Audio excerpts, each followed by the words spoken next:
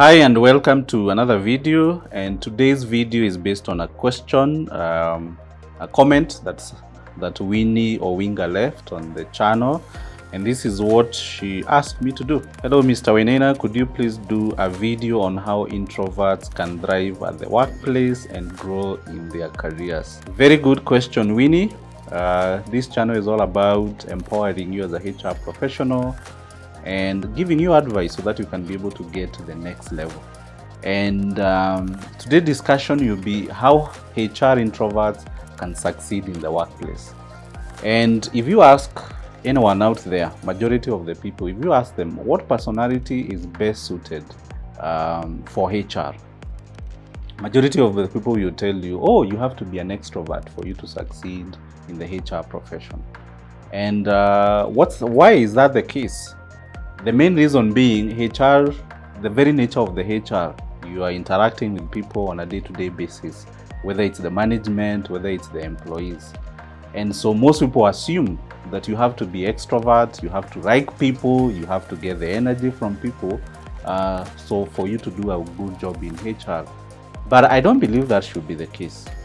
Can you be an introvert and succeed in a people, profession?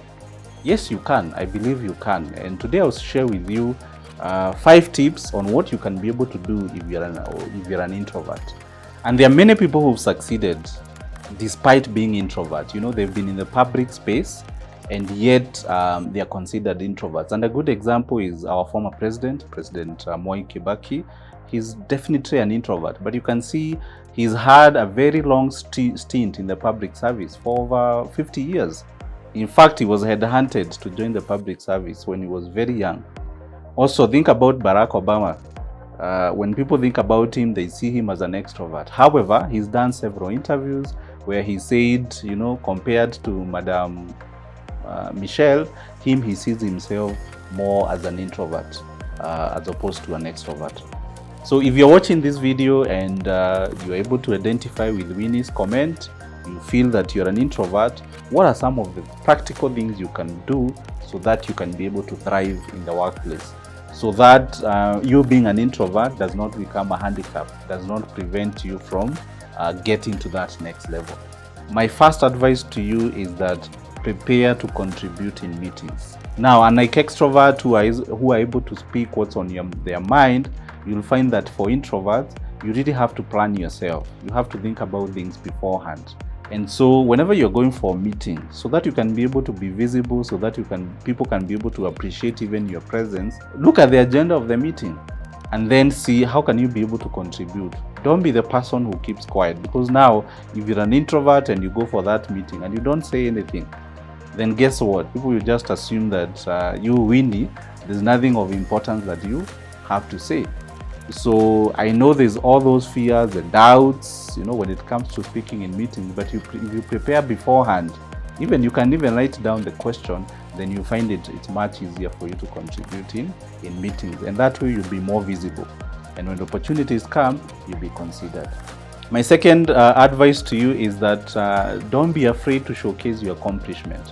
Now, many introverts think that just doing a good job is enough for them to be seen by others, for them even to be promoted. However, that's not the case. So if you've done a good job, when you're engaging in small talk with your bosses, with your superiors, don't be afraid to mention. Obviously, you may not do it with a lot of energy like the extrovert, but don't shy away. In a meeting, say, yeah, this is what I was working on, this is what I found out, this is the success. And that way, you don't have to shout over the rooftop for people to recognize you. No, just saying this is the progress we are making and these are the results we've been able to accomplish. It will make a whole lot of a difference in the way people view you. My third point to you is that don't isolate yourself. Now, most introverts, if you ask them, whenever there's a company event, be it official or social, most of them would be at 5:30 p.m. they are done with the day and they go home. That is not helping your career. I know you may not really be excited in engaging and interacting with a lot of people, but choose the events that you can attend, and especially where it's event where the leadership team is and you're invited, please make sure that you attend, because it's during those events that people are able to network, that people are able to get to know each other. And who knows, when an opportunity is being discussed, you want to be among, you want to be in that discussion. So it's really important for you. Don't ignore and isolate yourself, when it comes to company events. And point number 4 is forget perfection. A lot of times introverts, you want to do something well.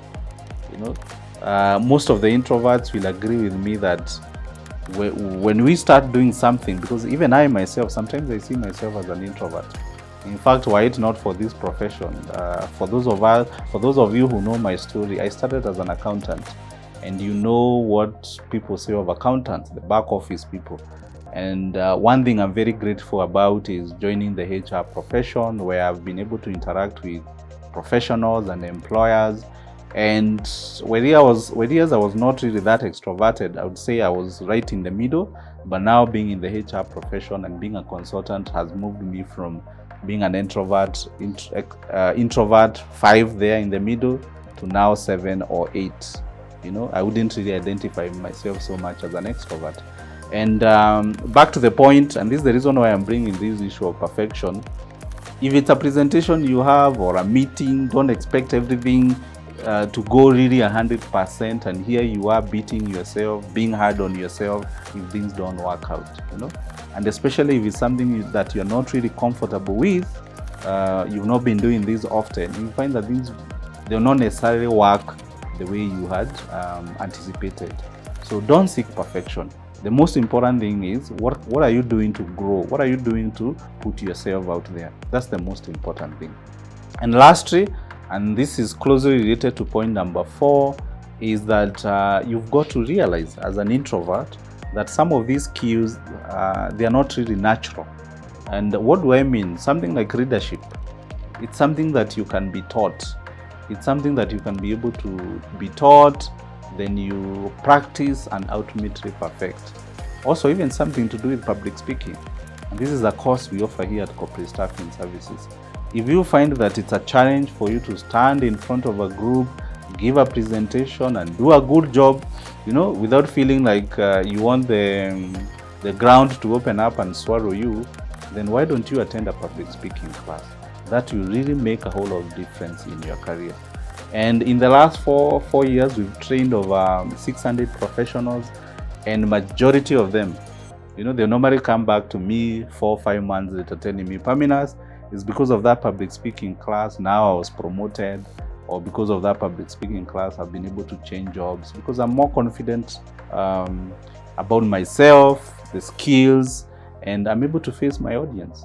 So if you really want to grow, get to that next level, you have to seek help. And training is one of the ways that you can be able to bridge the gap between where you are and where you want to be.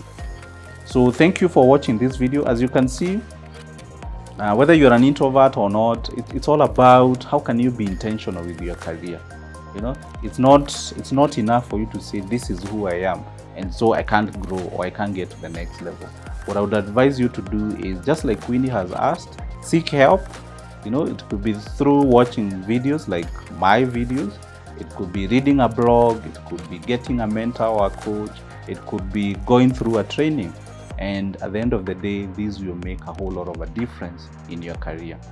So thank you for watching this video. If you're a HR professional and you'd want to receive more advice and tips, do subscribe. If you have a question like Winnie, why don't you leave it in the comment below?